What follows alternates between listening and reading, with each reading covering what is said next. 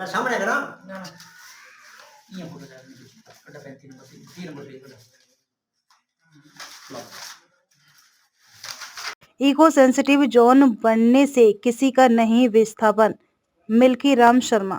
राजनेता लोगों को गुमराह कर राजनीतिक रोटियां सेकने का काम कर रहे प्रयास ज्वाली। शिक्षाविद एवं पर्यावरण प्रेमी मिल्की राम शर्मा ने ज्वाली में आयोजित प्रेस वार्ता में कहा कि विधानसभा क्षेत्र देहरा, ज्वाली, नूरपुर व फतेहपुर के अधीन पौंग झील किनारे बसे 51 गांव के लोगों को इको सेंसिटिव जोन बनाने के कारण विस्थापित का डर सता रहा है, लेकिन ऐसा कुछ नहीं होगा।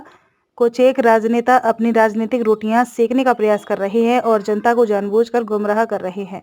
उन्होंने कहा कि आम जनता को झील किनारे इको सेंसिटिव जोन बनने से कोई परेशानी नहीं होगी, केवल मात्र धन्ना सेठों व साधन संपन्न लोगों को ही इसकी परेशानी झेलनी पड़ेगी। उन्होंने कहा कि राजनेता जनता को गुमराह न करें, जबकि जनता को इसके बारे में सही से बताएं।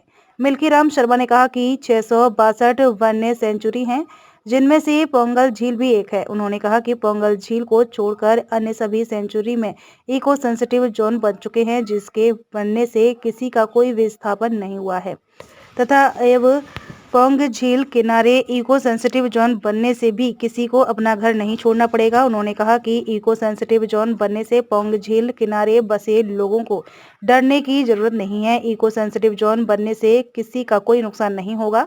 उन्होंने कहा कि इको सेंसिटिव जोन में मकान बनाए जा सकते हैं, कृषि की जा सकती है, लेकिन इसके लिए अनुमति लेने की ही औपचारिकता है।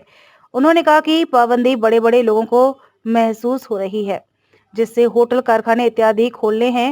शिक्षाविद व पर्यावरण प्रेमी मिल्की राम शर्मा ने कहा कि इको सेंसिटिव जोन से 1 किलोमीटर के बाहर खनन पर रोक होगी। आटा मिल व वाणिज्य के उद्देश्यों के लिए कारखाने पर रोक होगी।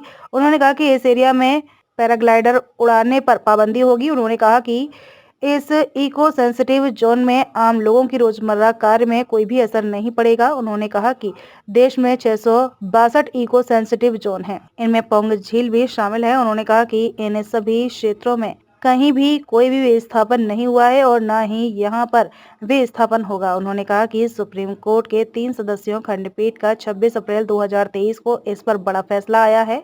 हिमाचल मीडिया टीवी के लिए ज्वाली से रतीश कुमार की विशेष रिपोर्ट। Pong dam lake wildlife sanctuary के गिर्द का जो इको सिस्टम सेंसिटिव जोन है, इसके बारे में बड़ी अफवाहें फैलाई जा रही हैं। यहाँ की जनता बड़ी भयभीत है, भयग्रस्त है। तो ये तरह तरह के बेचारे लोग जो हैं, ये कई लोग जो हैं वो रात को सो नहीं रहे हैं। तो इस भय को दूर करने के लिए मैंने आज सुप्रीम कोर्ट का एक बड़ा लेटेस्ट ऑर्डर लाया है, जिसमें सुप्रीम कोर्ट ने साफ किया है कि यहाँ पर जो जैसे परंपरागत घर बनते थे उस पर कोई पाबंदी नहीं है, ट्रेडिशनल वो बनते रहेंगे, रोड जो है वो चौड़ी होती रहेंगी, कोई भी ऐसी पाबंदी नहीं है जिससे कि इन लोगों पर असर पड़े।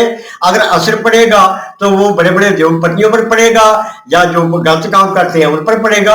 आम जनता को बेभीत होने की कोई जरूरत नहीं है। उनको गुमराह किया जा रहा है, वो गुमराह ना हो, क्योंकि उनके पीछे खड़ा है माननीय सुप्रीम कोर्ट ऑफ इंडिया का एक बड़ा लेटेस्ट ऑर्डर, जिसकी जजमेंट की तिथि है 26 अप्रैल 2023।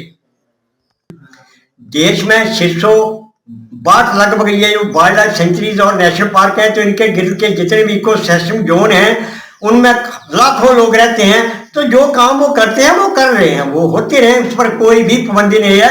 अगर पाबंदी है तो 1 किलोमीटर सीमा के बाहर जो है तक वो है खनन नहीं हो सकता, उद्योग कोई ऐसा उद्योग नहीं लग सकता जिससे कि प्रदूषण फैलता हो, या फिर वृक्षों का अवैध कटान जो है जैसे पहले होता था वो नहीं हो सकता, या ऐसी चीजें हैं जो कि पर्यावरण को प्रदूषित करती हैं। आम लोगों पर इससे कोई के सेहत पर या उसके जो वातावरण है कोई भी का फर्क पड़ने वाला नहीं है। ESZ का आज तक जितने भी ये जो हैं, ये जो 662 जो प्रोटेक्टेड एरिया है, इसके अंदर लाखों लोग रहते हैं। तो आज तक किसी का ना विस्थापन हुआ है। बड़े मजे से वो रह रहे हैं, आनंद से रह रहे हैं, अच्छे वातावरण में रह रहे हैं, अच्छे पर्यावरण में रह रहे हैं। यहाँ के लोगों का कहाँ कौन विस्थापन करने वाला है जी? ये तो अफवाह किसने फैलाई? मैं तो हैरान हूं। मैंने तो स्पष्ट कर दिया कि सुप्रीम कोर्ट का जो ऑर्डर लेटेस्ट है वो तो इनके पक्ष में जा रहा है हम लोगों के। तो ऐसा तो हो ही नहीं सकता। ये ठीक ठीक है, धन्यवाद सर।